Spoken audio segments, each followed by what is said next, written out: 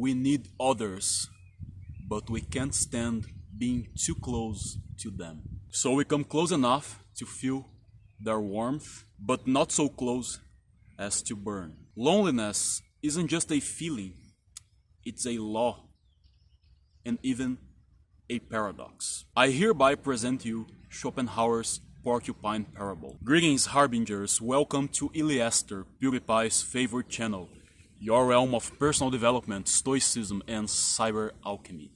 Please subscribe to this channel, help a brother out. If my content resonates with you, leave it a comment, give your feedback. I would love to hear them. What subjects will I bring? What can I improve? If you like my content at all, it would be nice to have some feedback. Thank you so much. Let's go to the video. The paradox of loneliness. The closer we try to get, the more we risk pain. Let's have a reflection on this subject in today's video. And I talk a lot about solitude here in this channel, and I always try to bring the bright side. I believe loneliness and solitude are twin faces of the same coin, depending on one's perspective. But there comes a point in which you can unfold a brand new reality that transcends the concepts of loneliness and solitude, and it strives to evolve to something greater. Schopenhauer once wrote that humans are like porcupines in the winter. They need each other's warmth to survive, but their quills make intimacy painful. So we keep shuffling forward and back.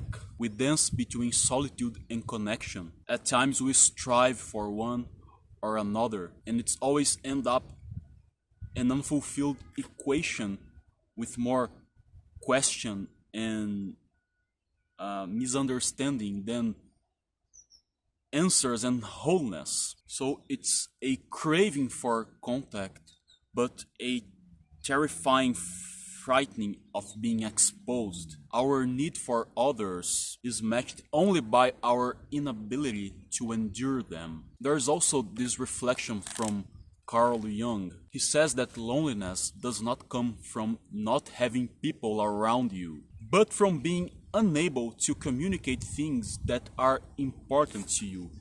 And my friends, that struck so hard on me, because I think this is what exactly most of us feel, but we don't have the elements to fathom, because honestly we don't have much time to think about these things. But I can relate to that.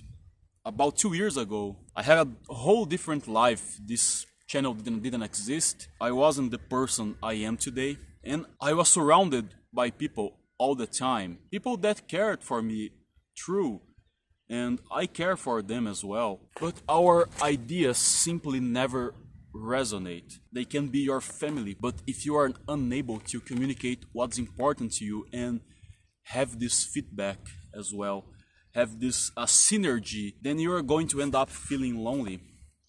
So I had to cut some ties per my initiative, and today here I am, all alone in a different continent, enjoying solitude at its finest. And what's important to me, the way I found to communicate it, was through this channel, through this camera. And that is what makes sense to me, because I honestly do not know if I could reach this synergy on a personal level to a meaningful connection, you know. Here lies the paradox, right? This can get a bit worse when you are surrounded by people that don't see you at all. It's not about what do you expect to people to think about you, or if you ever care whether they think about you or not. But to strive in this life, to have success, you need exposure to some extent in order to open the doors and make the connections that will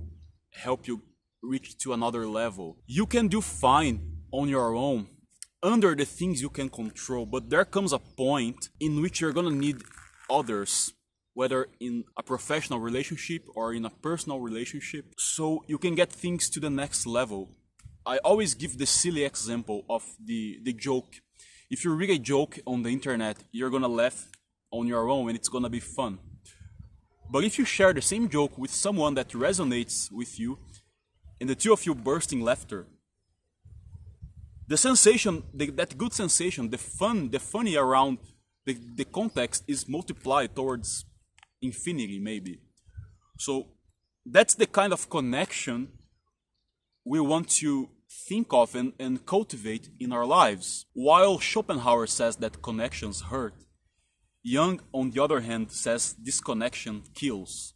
So what's in it for us then? It's like that them together frame the abyss. We are lonely with people and we are lonely without them. And most of the times, or sometimes, even if we are surrounded, we're still feeling lonely. The irony gets bigger if we put this lens on today's modern world. We live in this world that requires constant connection. Everyone is connected through their mobiles all the time, but it has all become liquid, as Bauman would say, the liquid modernity. So these connections are just shallow, driven by a cheap dopamine source that can infatuate one's brain,